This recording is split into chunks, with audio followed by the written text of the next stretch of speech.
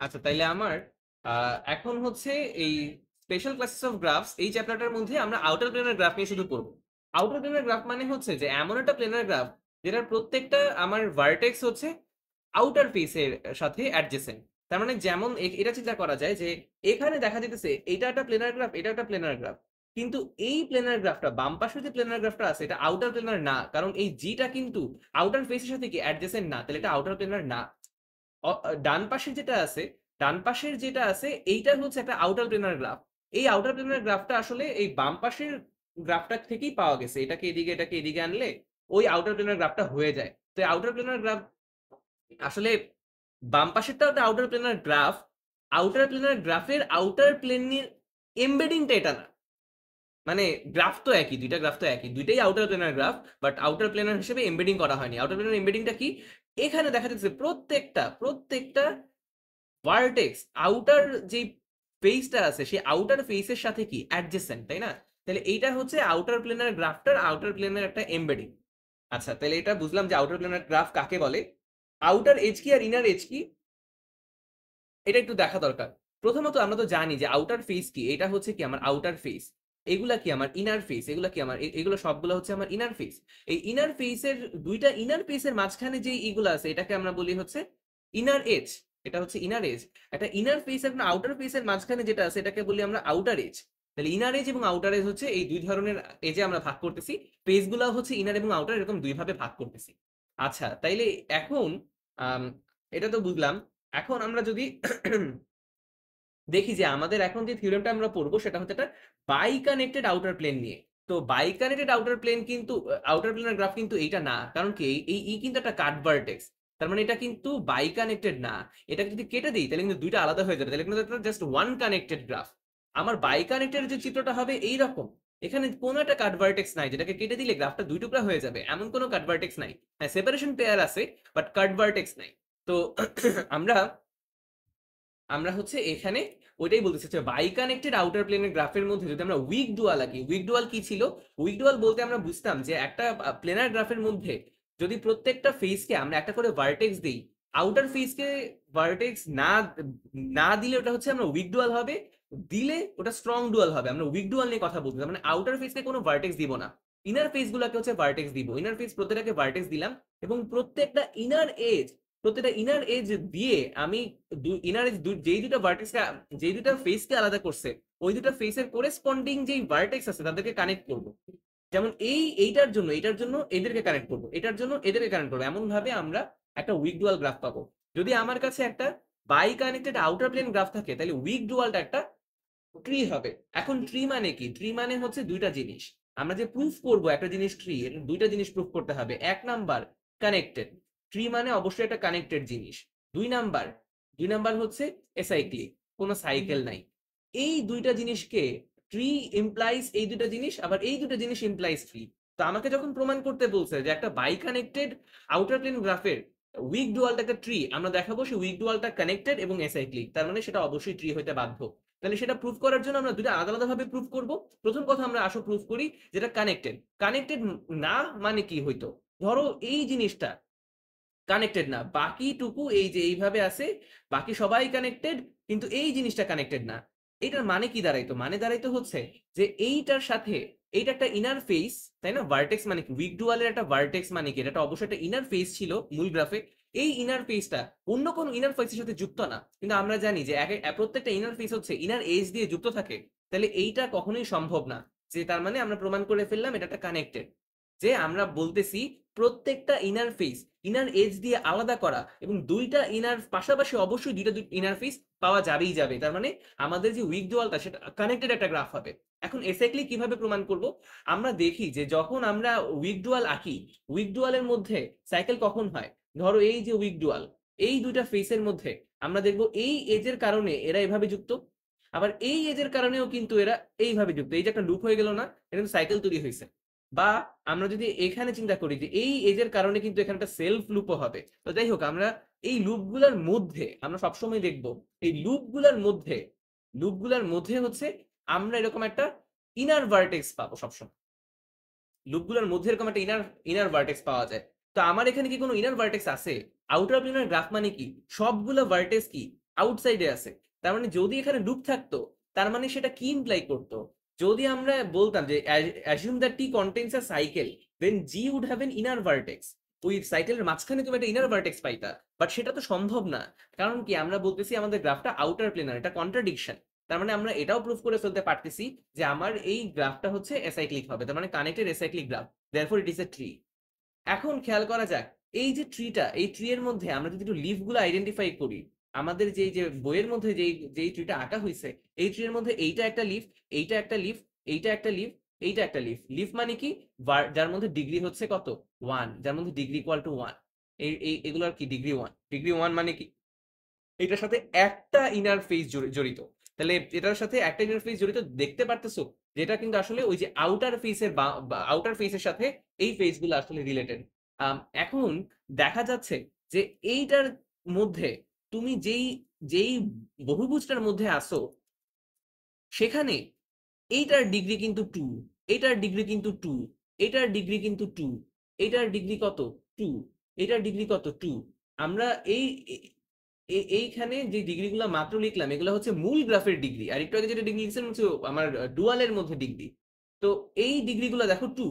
তার মানে এটা কি বলা যায় যে প্রত্যেকটা লিফের মধ্যে যতগুলা লিফ, ততগুলা একটা ডিগ্রি 2 আমরা আশা করতে পারি। লিফ তো থাকবেই, তাই না? একটা গ্রাফের মধ্যে তো একটা গ্রাফ যদি ট্রি হয়, সেই ট্রি এর যে লিফ গুলা, প্রত্যেকটা লিফ মূল গ্রাফে এমন একটা ফেসের সাথে জড়িত, যেই ফেসের মধ্যে একটা ডিগ্রি 2 জিনিস আছে।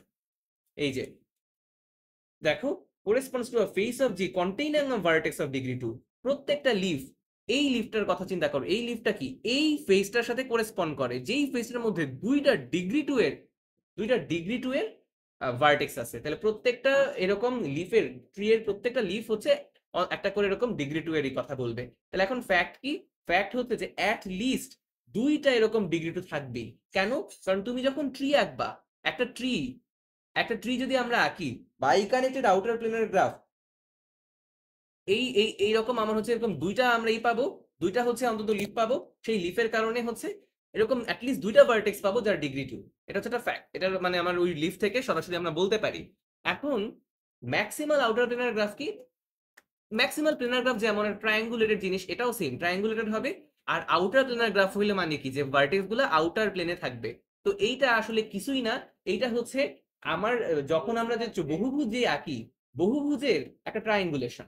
বহুভুজ গুলাই কিন্তু আসলে আউটার প্লেনার গ্রাফ, তাই না? এখন যদি আমাকে বলে ম্যাক্সিমাল আউটার প্লেনার গ্রাফ, তাহলে এরকম একটা ষড়ভুজ নিলাম, নিয়ে সেটাকে কি করবো, আবার ট্রায়াঙ্গুলেশন করতে হবে। তাহলে ট্রায়াঙ্গুলেশনের জন্য এই যে এবার তুমি প্রত্যেকটা জিনিসকে এরকম ধরো ট্রায়াঙ্গুলেশন করে ফেললা, সবগুলো ট্রায়াঙ্গেল। তো ইটস দেখো যে maximal outer graph is internal triangle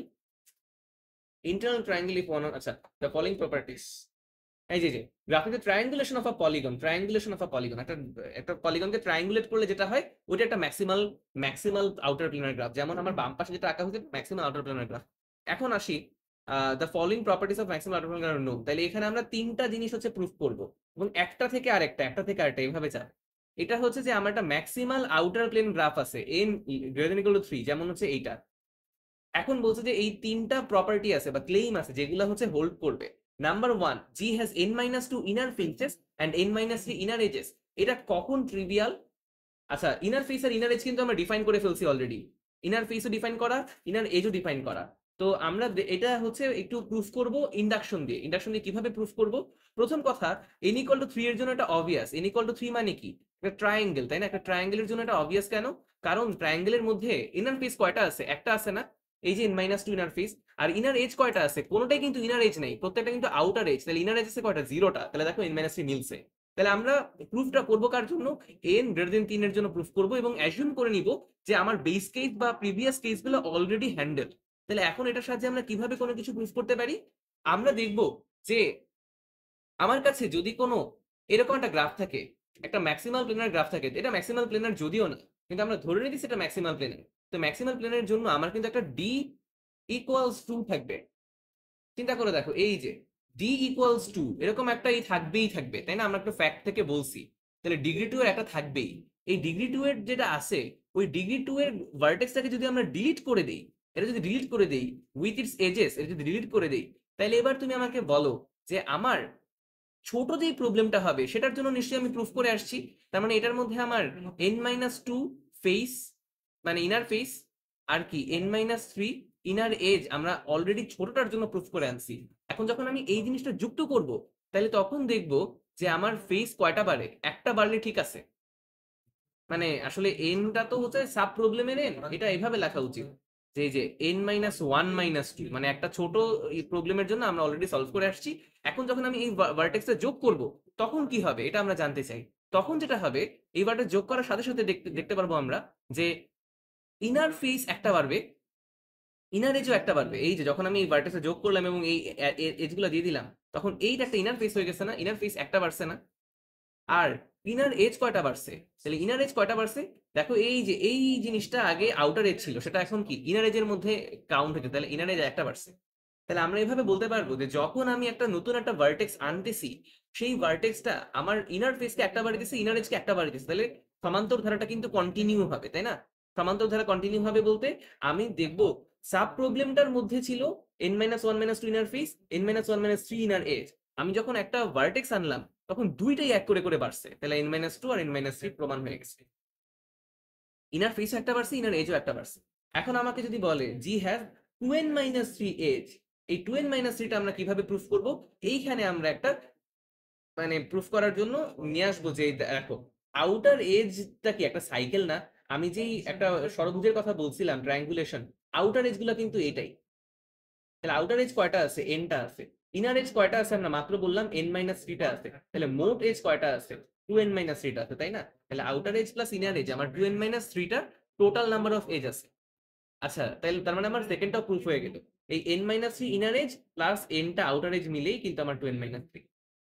এখন হচ্ছে আমার প্রুফ করতে হবে সি নাম্বারটা। এটা হচ্ছে আরেকটা প্রুফ ডেফিসিয়েন্সি দিয়ে করতে হবে। ডেফিসিয়েন্সি প্রুফটা আমরা একবার দেখে আসছি চ্যাপ্টার 6 বা 7 এ। এখন হচ্ছে সেটার সেকেন্ড ভার্সন দেখব। G has at least 3 vertices having degree 3 or less. At least 3 vertices having degree 3 or less. এটা কিভাবে প্রুফ করব? আমরা এখন দেখব যে আমার কাছে, দেখা যাক আবার আমরা ডেফিসিয়েন্সি প্রুফটা করতে পারি কিনা। দেখো আমার আমার প্রথমেই বলতেছি আমরা যে একটু আগে প্রমাণ করছি আমার কাছে 2n-3টা এজ আছে, তাহলে আমার ডিগ্রি সামটা কত হবে? ডিগ্রি সাম কি 2m হয় না? ডিগ্রি সাম হবে তাহলে 4n-6। তাহলে আমার এখানে ডেফিসিয়েন্সি কত হবে? ডেফিসিয়েন্সি যদি হিসাব করতে চাই, যে প্রত্যেকের ডেফিসিয়েন্সি যদি ডিফাইন করে আমি 4 মাইনাস ডিগ্রি, তাহলে এই যেটাই ডেফিসিয়েন্সি হবে। কেন? কারণ আমরা জানি deficiency some, summation of deficiency of V, এটা কি হবে? Summation of 4 minus degree of V. তাইলে 4n minus summation of degree of V, তাহলে 4n মাইনাস ডিগ্রি সাম। ডিগ্রি সামটা কত? ডিগ্রি সামটা হচ্ছে আবার 4n মাইনাস 6। তাহলে এই যে সামেশন অফ ডেফিসিয়েন্সি আসে কত?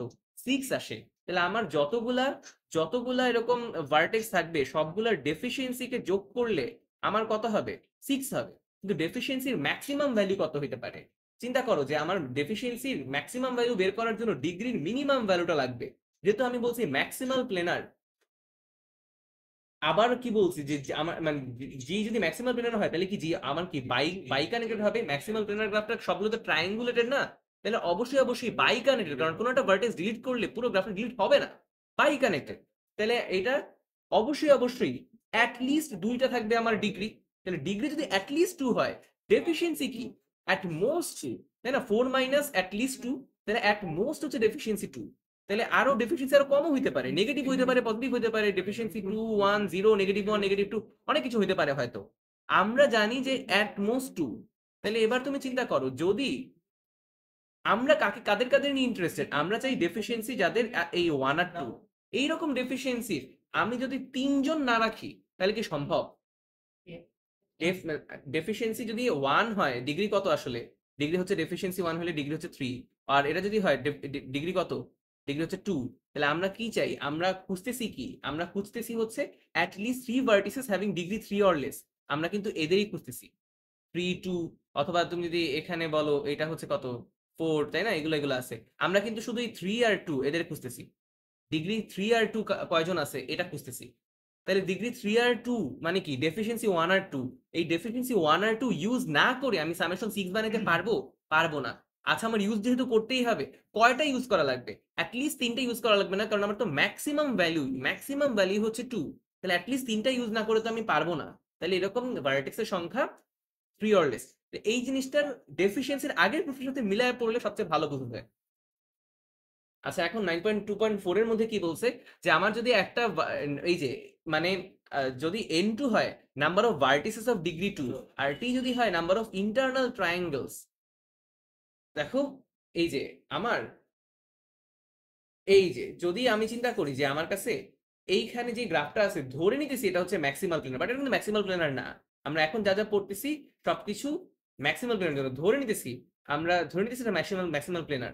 তাইলে এই যে ডিগ্রি 2 এর যেগুলো থাকবে, যে ডিগ্রি 2, তারপর এটা কি ডিগ্রি 2, এরকম ডিগ্রি 2 এর যতগুলো আছে এইগুলোর কাউন্ট হচ্ছে n2, এগুলোর কাউন্ট হচ্ছে n2। আর এদের মধ্যে ট্রায়াঙ্গেল কয়টা আছে, ইনার ট্রায়াঙ্গেল কয়টা আছে, ইনার ট্রায়াঙ্গেল কয়টা আছে সেটা হচ্ছে t। তাইলে ওদের মধ্যে একটা সম্পর্ক আছে, সেই সম্পর্কটা হচ্ছে t equal to n2 minus 2, t equal to n2 minus 2। Inner triangle কয়টা আছে আর আমার এরকম n2 n2 কয়টা আছে সেই অনুযায়ী হিসাব করে আমি t equal to n2 minus 2 লিখতে পারবো। মোট ভার্টেক্স 4টার বেশি হইতে হবে, এটা প্রুফ দেওয়া নেই আর কি এখানে। আচ্ছা, এখন 9.2.5 এর মধ্যে আমার বলা হয়েছে জি যদি একটা maximal outerplane graph of 3 or more vertices হয়, 3 অর মোর ভার্টিসেস যদি হয়, তার মানে কি n greater than 3 with the maximum degree of 4, তার মানে আমার ডেল্টার মান কত দেওয়া আছে, ডেল্টার মান দেওয়া আছে হচ্ছে 4। Assume that G is not an outerplane graph as shown in this, then the following a to d hold।